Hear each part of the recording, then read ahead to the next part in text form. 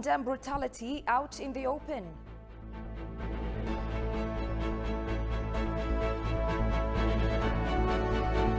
And members of the National Macroeconomic Council commend successes achieved in export trade.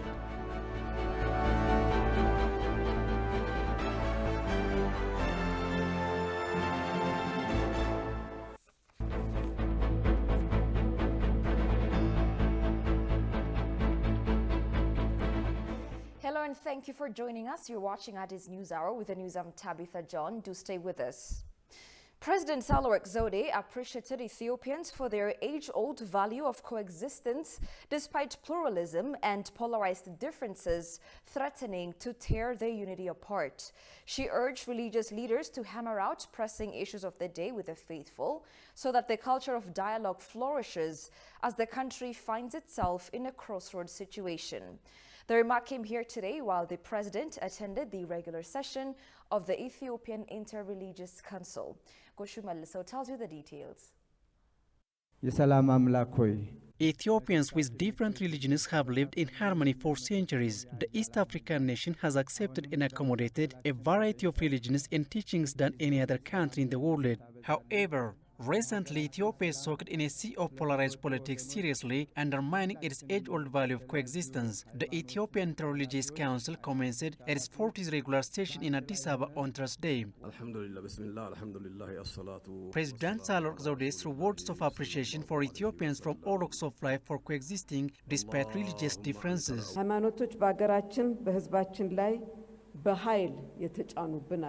We have accepted and customized religions willingly without any colonial force. Religions are not imposed on our people. What makes Ethiopians different is that we accepted them based on our interests. This helps Ethiopians to live in harmony and peace. Ethiopians, irrespective of religious difference, have lived for centuries together.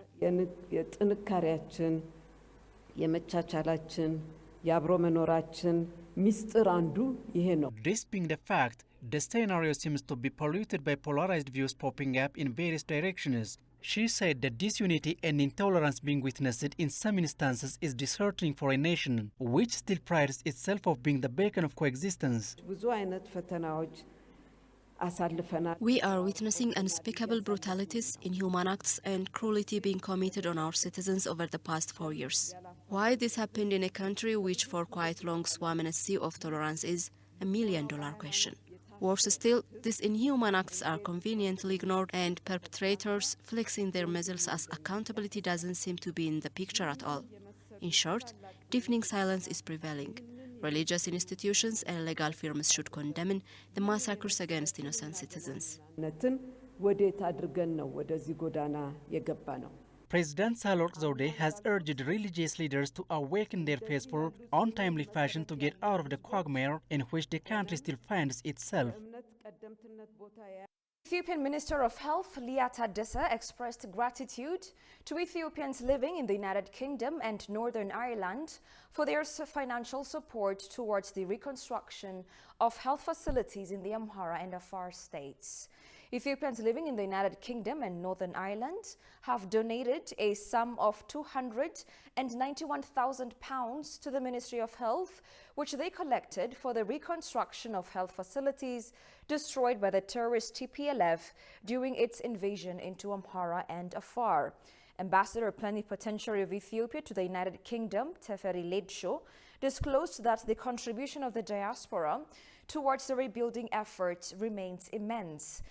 Hida Health Center in Afar State, Waldi, Seril and new Tegeli Health Centers in Amhara State will be rebuilt with the income collected from the United Kingdom and Northern Ireland.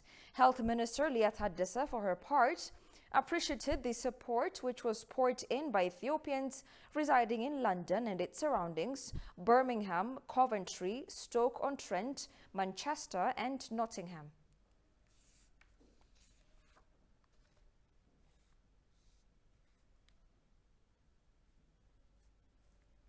The United Nations Office for Project Services, UNOPS, lauded Ethiopia's resolve to reach out to the people of Tigray by ensuring unfettered humanitarian aid. Talking to ETV here today, UNOPS Sub-Regional Director Warqinash Makonnen nevertheless indicated that although Ethiopia has signed a $300 million pact with the World Bank to aid reconstruction efforts in Tigray, more needs to be done to effectively address the situation. Binyam Alemayo presents Goshu Melisau's file. The Ethiopian government has time and again expressed resolve to find a peaceful remedy to the war in Tigray. It thus declared unilateral ceasefire on 2 occasions while expressing the need to talk with the leadership of the TPLF unconditionally. The World Bank and the federal government of Ethiopia have signed an agreement worth $300 million to reconstruct the state of Tigray. Talking to ETV English, Sub-Regional Director for the United Nations Office for Project Services, Warqinash Makonnen, made it clear that the deal adequately addresses reconstruction efforts in war-torn Tigray. First of all, the $300 million that has been signed between the government of Ethiopia and the World Bank covers 5 war-affected regions in Ethiopia, including the Tigray region. So it's very important to clarify that it covers the Amhara, Afar, Oromia, Benishangul Gumuz, and the Tigray region. So the $300 million is going to be for these 5 regions. That clarity is very important. And the second one, and out of this $300 million, UNOPS is going to be a third-party implementing partner only in Tigray region. The rest of the regions are going to implement it themselves directly. And it's very important to understand why a third-party implementing arrangement is opted for is because of the current problem between the central and the regional government. During the past 6 months, Ethiopia and international partners have delivered medicines and medical supplies worth a total of 71 million birr to Tigray state, according to the Ministry of Health. The sub-regional director lauded Ethiopia's efforts to ensure unfettered humanitarian aid to Tigray. I think there is a huge development and progress in terms of reaching out, including to places like Wag Humra, and then a recent assessment in Humera area, including those places that have not been accessible so far. So overall, I think it's a very, very promising and really encouraging progress when it comes to humanitarian response across all the areas that are in need, not only war-affected areas, but also including the drought-affected areas. At the moment that I think it's a very, very commendable. The Ethiopian government launched a military operation against the TPLF rebel group in November 2020 in response to the TPLF's brutal assault on a federal army base. The 16-month-long war has claimed the lives of tens of thousands of people and displaced millions. The UNOPS representative told ETV that they are undertaking preparations to launch reconstruction activities in 5 selected districts. It's not even a month since we signed this project agreement, but we have already, the UN is already on the ground, so we have multiple UN agencies that are currently working on the ground. We have already established our office and we have our team. We're currently deciding on this 5 selection of the warriors, and the coming few months we'll be starting on the rehabilitation reconstruction work. The UNOPS focuses on restoration of basic social services, and other UN agencies are working in rehabilitating gender-based violence.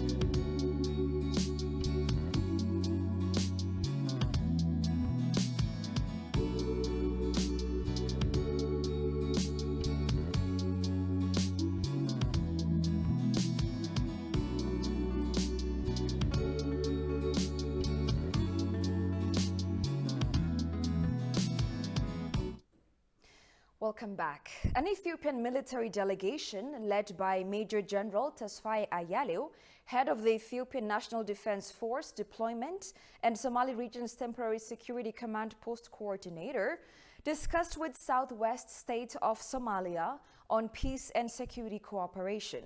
The delegation received a warm welcome from Commander of Sector 3, Brigadier General Zaudu Settarge, and other top officers upon its arrival at Baidoa. The delegation was briefed on overall activities of the Al-Shabaab in the area. Similarly, a discussion was held today in the Jubaland state of Somalia regarding the current peace and security situation in the areas bordering Jubaland and Ethiopia. Earlier, a military delegation led by Lieutenant General Burhanu Bakala, head of the ENDF military intelligence, representing the Ministry of Defense, went to Somaliland on the 2nd of August to discuss peace and security issues in the region.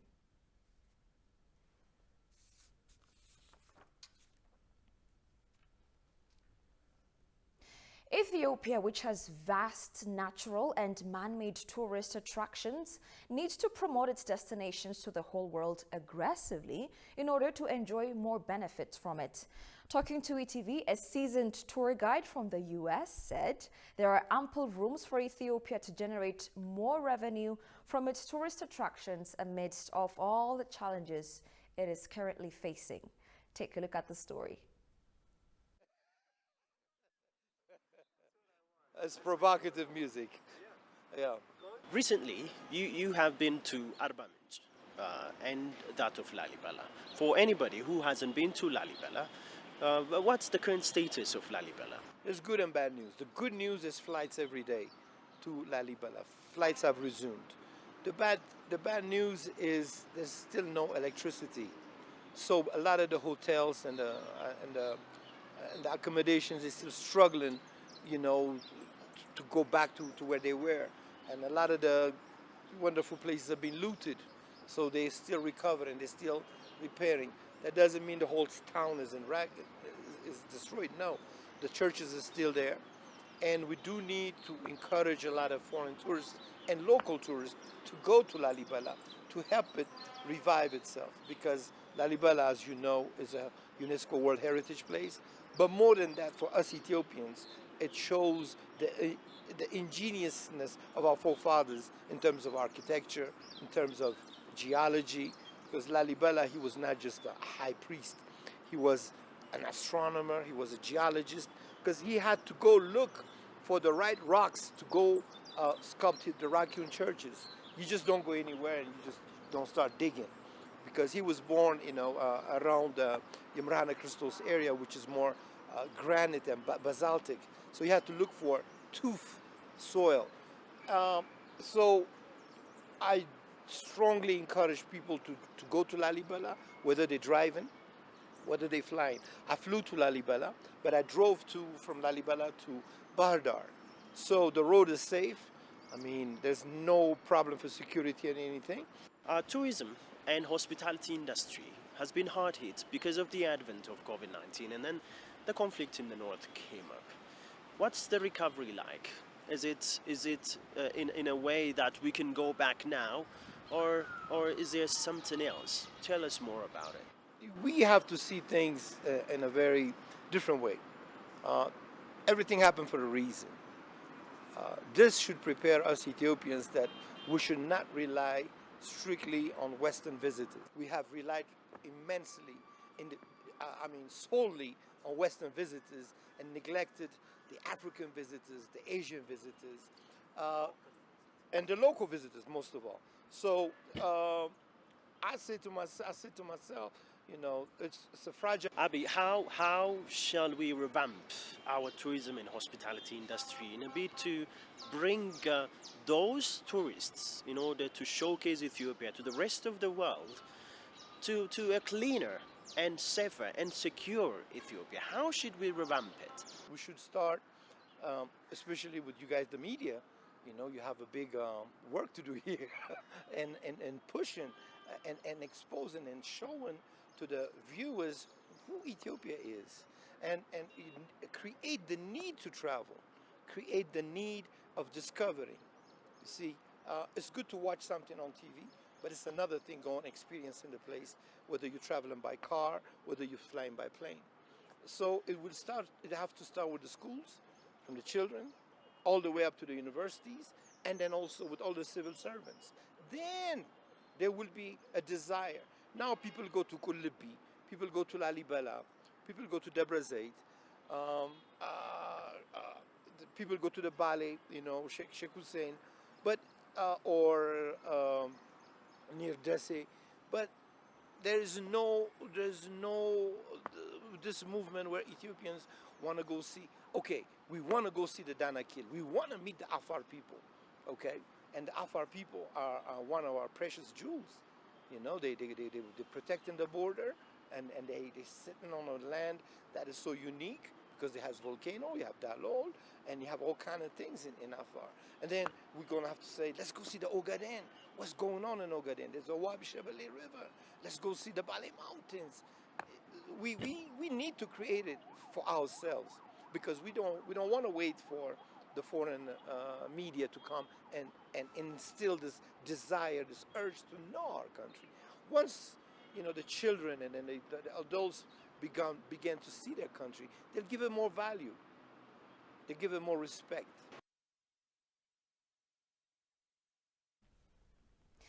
Ethiopia says it still upholds its long-held One China policy. The remark came during an exclusive interview with the Ethiopian news agency by Meles Alem, spokesperson of the Ministry of Foreign Affairs. Alem said Ethiopia is closely following the recent tension created in relation to China-Taiwan. According to him, Ethiopia has been pursuing the One China policy over the years, and the present government also holds that same policy in its relation with China. Pointing out that Ethiopia still has a firm stand on One China policy, the spokesperson stated that the policy is supported by the United Nations and the African Union. He further said that Ethiopia will continue to strengthen its bilateral and multilateral ties, both at regional and international levels.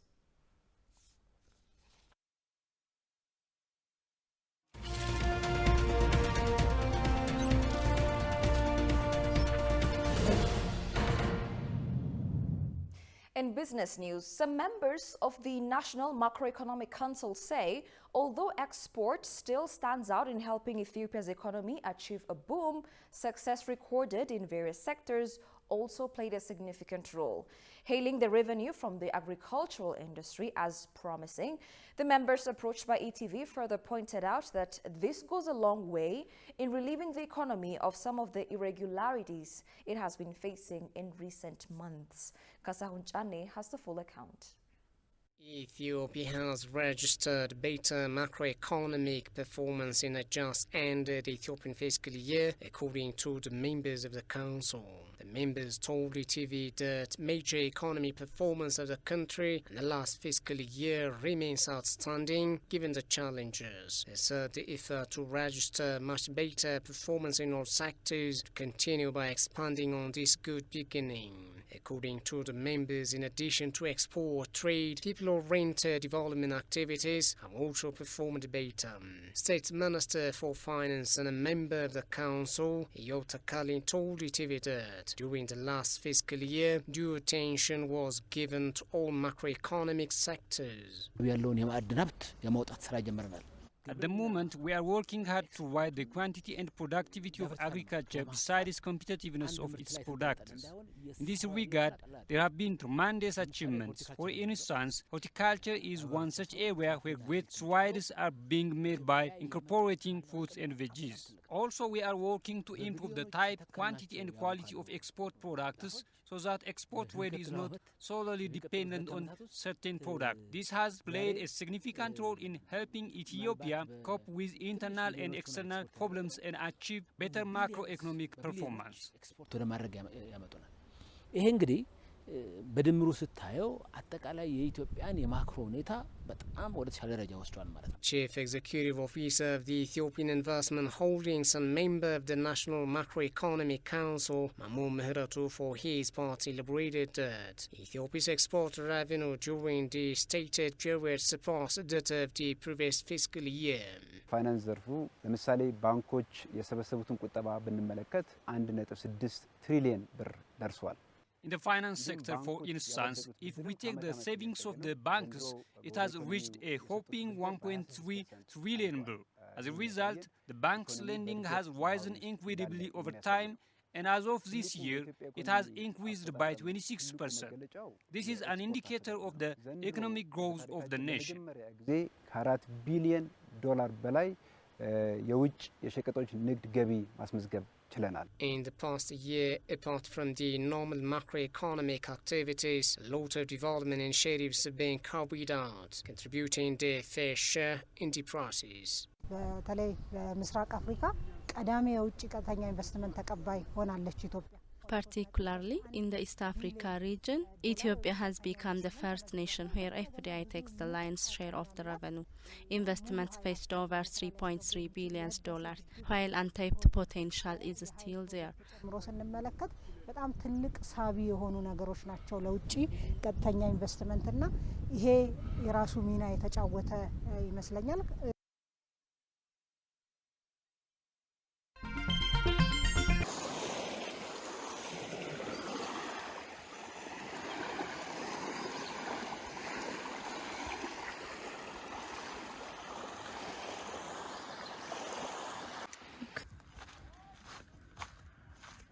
Lake Langano is located in Ethiopia in Oromia region, exactly 200 kilometers by road south of the capital Addis Ababa, on the border between the East Shewa zone and Aresi zone. And there are many hotels and resorts that you can find by the lake. This one in particular is 149 kilometers closer to the city Addis Ababa.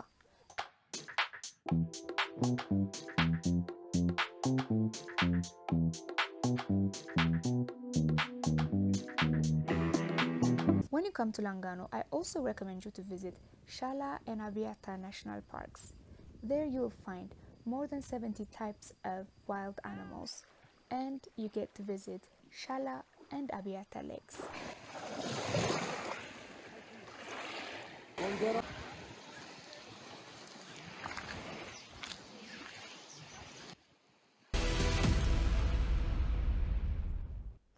And finally, the UN Secretary General Antonio Guterres urged governments to mitigate the effects of the energy crisis, which is crushing the most vulnerable.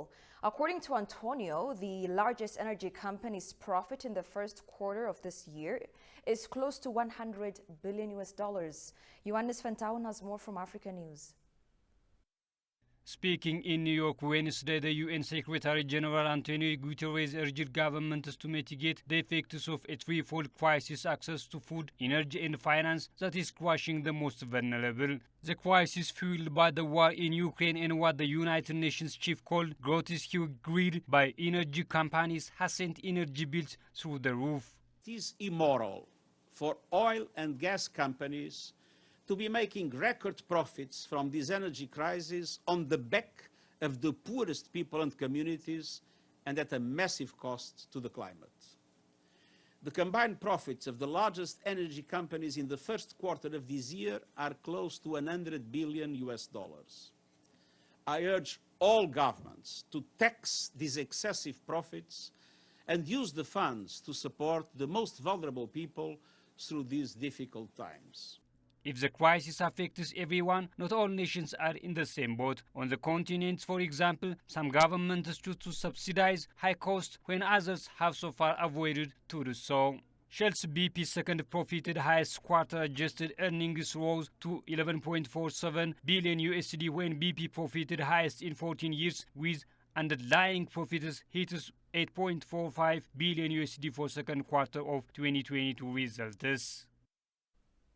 You're watching Addis News Hour, and here's a reminder of the stories making headlines. Religious leaders urged to condemn brutality out in the open.